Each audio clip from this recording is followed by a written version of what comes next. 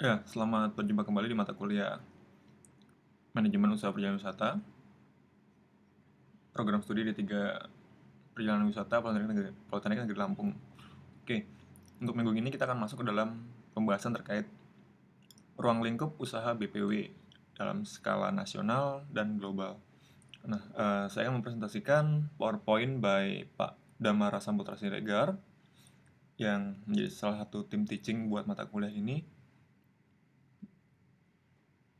Dan untuk fokus pembahasan hari ini kita akan lihat lebih detailnya selanjutnya terkait bagaimana sih kondisi BPW yang ada di Indonesia yang mereka punya skala kegiatan yang skala lokal, lalu skala nasional, bahkan secara global atau internasional. Nanti kita lihat lebih lanjut lagi. Oke, yang pertama adalah kita lihat ruang lingkup BPW berdasarkan operasinya. Jadi ada 4 pembagian sih untuk dilihat. Itu BPW domestik, nasional, internasional, dan gabungan. Jadi ini kita coba lihat lagi lebih lanjut bagaimana tipe-tipe BPW yang ada di Indonesia. Oke, apa itu BPW domestik? BPW domestik itu adalah BPW atau Biro Perjalanan Wisata yang memiliki lingkup paling sempit. Karena mereka hanya melayani rute perjalanan wisata di wilayah tertentu saja. Misalnya itu Semarang, Yogyakarta, atau lokal Bali, atau misalnya di Lampung. Hanya BPW yang hanya melayani kegiatan wisata di daerah Lampung saja. Jadi hanya ada tamu datang, tamu lokal, dan kita melayani untuk kegiatan yang ada di sekitaran daerahnya saja.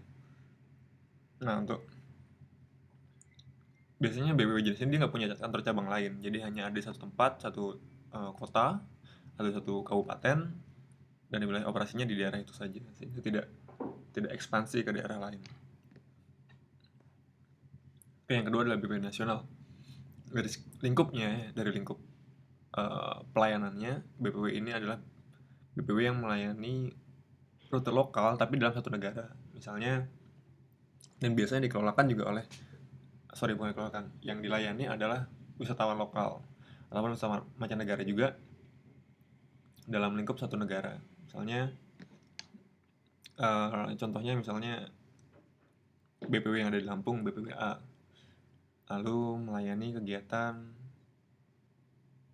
pariwisata atau melayani kegiatan wisata ke Bali atau ke Yogyakarta, tapi skopnya masih di eh, satu negara. Jadi pelayanannya dia tidak hanya berpusat di daerahnya saja. Itu lalu internasional. Apa sih BPW internasional? Untuk BPW internasional itu sebuah biro perjalanan wisata yang melayani rute pelayanan pariwisata nasional atau internasional. Jadi bisa menawarkan produk-produk lintas negara, bahkan lintas benua. Nah, kalau salah satu contohnya adalah umroh dan haji. Itu kan kita melayani wisatawan religi atau pilgrim yang ada di Indonesia untuk berhaji di Arab Saudi, umroh di Arab Saudi. Jadi BPW ini emang mengelola eh, perjalanan dari Indonesia ke tanah suci.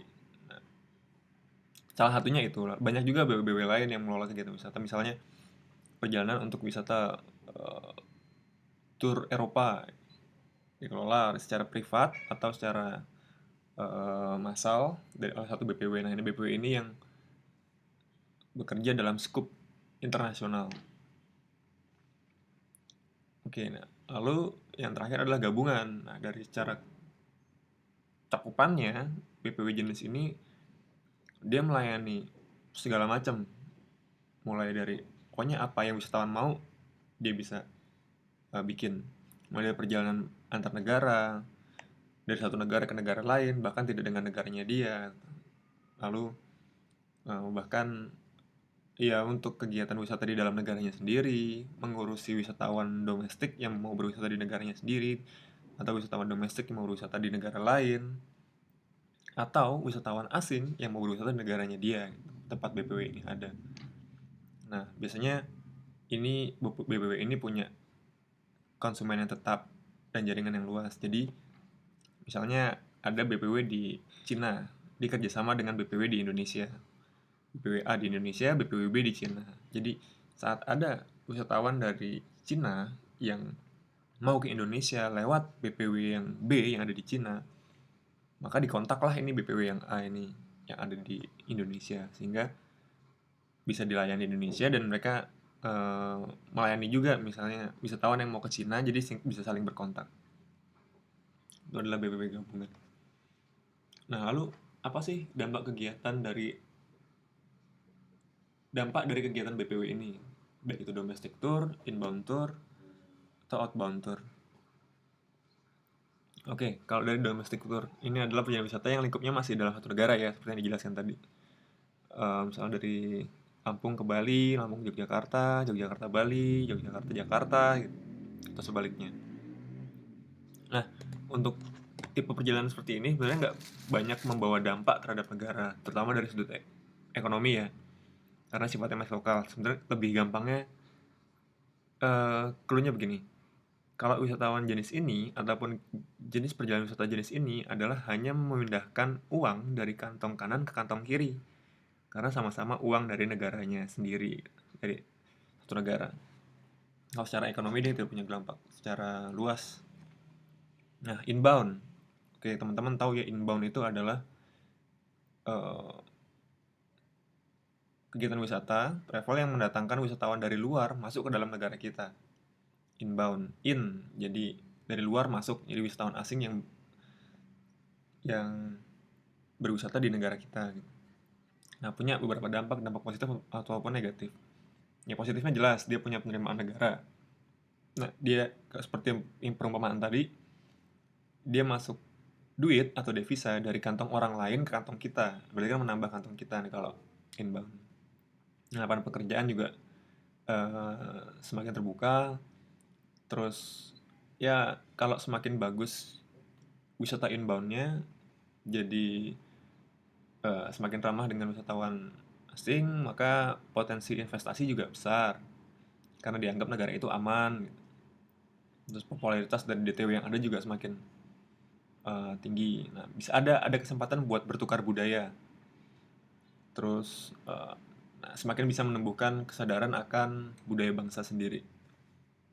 Nah, negatifnya apa? Bisa terjadi inflasi karena semakin banyak uang dari luar negeri yang masuk dan semakin meningkatnya daya beli, bukan daya beli ya, meningkatnya nilai jual barang-barang yang ada di dalam negeri. Terus mungkin di beberapa kasus ada terjadi degradasi moral kalau masyarakat yang di daerah itu dikunjungi oleh wisatawan asing itu tidak punya mental yang kuat, bisa menjaga budaya dia dan menolak budaya-budaya buruk yang datang dari luar, sehingga bisa terjadi degradasi moral. Terus bisa jadi juga komersialisasi budaya. Terus bisa ada banyak pelanggaran keimigrasian. Terus nah, menurunnya fungsi dan peran sejumlah tempat karena dijadikan objek wisata. Seperti tempat ibadah, misalnya kayak pura sudah menurun tingkat apa ya, tingkat rasanya itu sebagai tempat ibadah yang seharusnya menjadi fungsi utama, lalu bergeser ke daerah wisata, tuh daya tarik wisata. Nah, ini mulai ada pergeseran. Ini dampak-dampak negatif yang ada di inbound tour. Nah, outbound ya dari kata depannya out, bagaimana kita keluar. Jadi ini adalah kegiatan wisata yang melayani perjalanan wisata dari satu negara keluar ke negara orang. Jadi dari negara kita, orang Indonesia, kita berwisata ke Australia, kita berwisata ke Singapura, kita berwisata ke Malaysia, ke Rusia. Itu adalah outbound, kita berwisata di luar negara kita. Nah, apa dampak positifnya? Oke, menciptakan lapangan pekerjaan bagi pelaku travelnya. Sama juga meningkatkan wawasan tentang budaya dan adat antar bangsa di dunia. Jadi bisa menambah kekayaan keilmuan budaya kita, menumbuhkan toleransi. Juga tadi seperti yang nomor 2 tadi, terjalinnya pertukaran budaya antar bangsa. Nah, apa dampak negatifnya? Nah, ini perumpamaan tadi, kalau outbound adalah kita ngeluarin ngeluarin uang dari kantong kita masukkan ke kantong orang lain. Nah, itu adalah outbound. Jadi bisa mengurangi devisa negara. Terus terkadang juga bisa mengurangi rasa nasionalisme bagi mereka yang merasa inferior atau merasa terkecil terhadap negaranya. Misalnya kalau kita bahasa Indonesia merasa kecil merasa terhadap bahasa Indonesia, wah Indonesia bahasa Indonesia tuh nggak disiplin kok dibandingin sama warga Jepang, terus langsung rasa nasionalisme hilang karena itu. Dan terjadi juga degradasi moral, terus nah mungkin kalau ada juga mungkin beberapa kasus setelah pergi kunjungan ke luar negeri kok pulang-pulang jadi berbeda gaya hidupnya, nggak seperti yang ada sebelumnya, mungkin bisa ke arah negatif dan bisa ke arah positif misalnya. Oke, nah ini adalah jumlah BPW gambarannya saja karena ini update datanya masih lama sekali. Tapi sebagai gambaran saja karena memang sudah cukup banyak, tahun 2011 saja sudah cukup banyak jumlah usaha perjalanan wisata dan agen perjalanan wisata di Indonesia, sekitar 3.000 usaha, dan makin berkembang semakin kesini. Nah di dalam bidang usaha perjalanan wisata, baik itu BPW ataupun APW, itu ada organisasi yang menaungi, yaitu UFTA, UFTAA, dan ASITA. Kalau ASITA itu untuk yang dalam negerinya. Jadi mungkin teman-teman udah familiar sekali lah dengan ASITA ini.